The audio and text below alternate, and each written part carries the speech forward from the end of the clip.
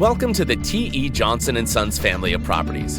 Today, we will be going over your lease contract and the information therein. On the first page of your lease contract, please make sure your names are spelled correctly. Note the owner's name as the landlord and T.E. Johnson & Sons as the agent for the landlord. Confirm the correct address. The initial term of your lease is next. Please confirm the details are correct. Next, you will note the rent amount. Please make sure this is correct. Rent is always due on the 1st of the month.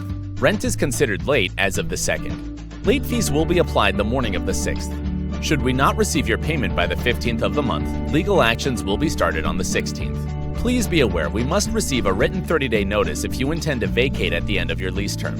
At the end of the initial term of your lease, if no renewal is offered, your lease will automatically renew on a month-to-month basis. Please refer to page 2 of the lease. This page covers late payments, returned check fees, and tenant security deposits. Also, tenants' obligations are covered on this page.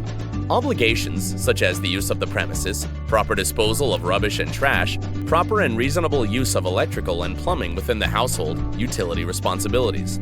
No unlawful or immoral use of the property is allowed. No smoking is allowed in the interior of the property. Note page 3 of the lease. Landlord's obligations such as to comply with all applicable building and housing codes, making necessary repairs as may be necessary to keep the premises in a fit and habitable condition. The next portion covers what your responsibility as a tenant is in regard to utilities, trash disposal, and lawn maintenance. Please make note of what you as the tenant are responsible for. On page 4, rules and regulations of the landlord are outlined. If applicable, note owner rules and regulations information.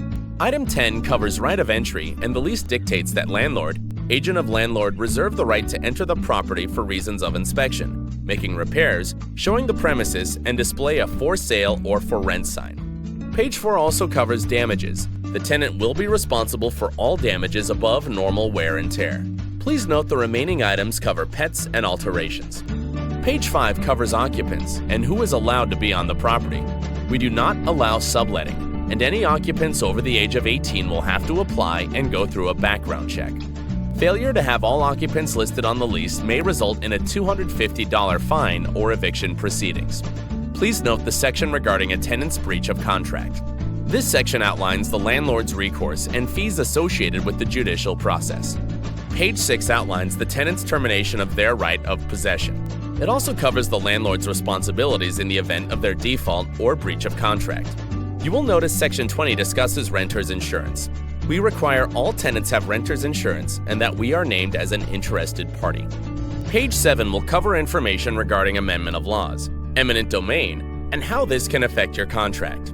Please notice Section 28B will list other terms and conditions. Page 8 is the last page of your contract. Please make sure all the details are listed correctly and sign your name as it is printed. Your leasing packet also contains a move-in inspection form. Please make sure to fill it out thoroughly. Any items that need repair will be addressed. However, some items that are purely aesthetic will be noted for future reference during move-out. Pet addendum, if applicable, will address your responsibilities as a pet owner and is an acknowledgement of your pet. Next, note the lead-based paint addendum. It is federal law that this is presented to anyone moving into a property built before 1978. We include this with all lease contracts no matter the date of construction. With this addendum comes the lead-based paint booklet.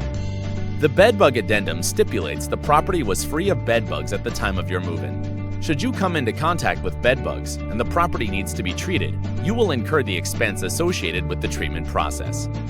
Finally, we have the property rules and regulations addendum. Please read this thoroughly.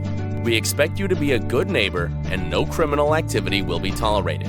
Any violation of the rules does constitute a breach of contract and may be grounds for eviction.